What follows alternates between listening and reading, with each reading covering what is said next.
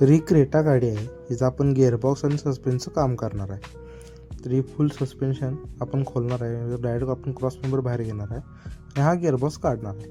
Gearbox काढायचं कारण आहे आपण ह्याची क्लच स्पीड बदलणार आहे. तर गाडी आपण रॅम्पवर लावून घेतल्या.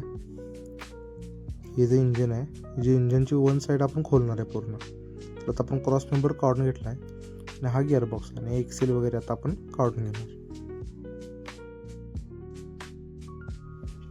तर गिअरला आता आपण सोडून घेतले, कारण गिअरला आपण नवीन ॲड करणार आहे. तर एक्सेल तरी काढून घेतले. हा याचा गिअरबॉक्स आहे, आता आपण गिअरबॉक्स खाली घेणार.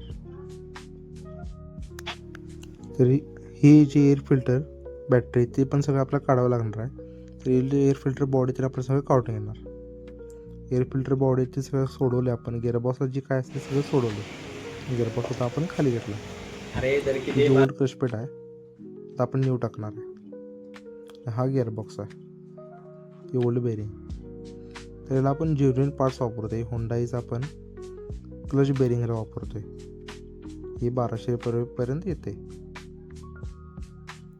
आणि ही ओल्ड क्लच पेट आहे पूर्ण.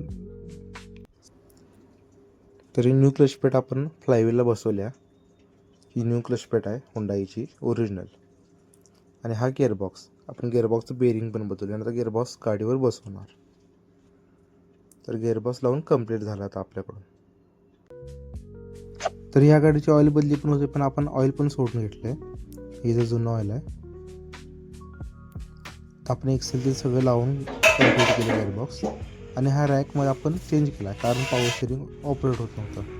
आणि आपण शॉक ऑब्सर पण नवीन टाकले आणि रॅक पण नवीन टाकला आहे.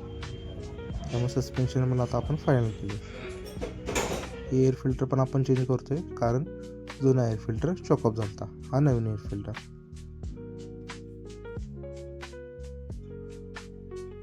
हा ऑइल फिल्टर ऑइल बदली जेव्हा आपण करतो तेव्हा चेंज करावं लागते. हा जुना ऑइल फिल्टर आणि हा नवीन ऑइल फिल्टर आपण आता लावत आहे गाडीला.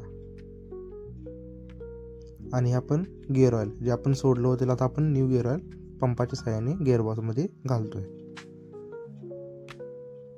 आणि हे न्यू इंजिन ऑइल आपण ह्याला 5 लिटर लेवल आहे, आपण थोडं ऑइल घातले आणि थोडं ऑइल घालतोय. आणि हे new AC filter. Air filter आपण चेंज केला तसं आपण AC फिल्टर पण चेंज केला. हा डॅशबोर्डमध्ये येतोय, गाडीच्या आतून येईल बसतोय.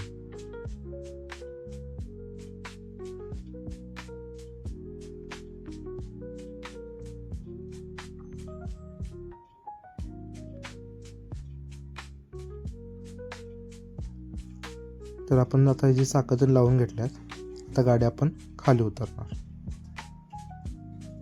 हा रॅक आहे जो आपण नवीन घातला आहे. तर गाडी पूर्ण कंप्लीट झाली आहे. आता गाडी आपण खाली उतरलो. तर याचा डिझेल फिल्टर पण बदलायचा होता, त्यामुळे आपण डिझेल फिल्टर पण नवीन टाकला. पहिला डिझेल फिल्टर ओरिजिनल आहे आणि आता आपण नवीन डिझेल फिल्टर चेंज करून बसवला. आणि डिझेल फिल्टर बॅटरी आणि ECMच्या मागे येतोय. तर डिझेल फिल्टर, ऑइल बदली, गिअरबॉक्सचं सगळं काम करून गाडी कंप्लीट झाल्या. आता गाडी आपण एक टेस्ट ड्राईव्ह घेणार आणि बाहेर काढ.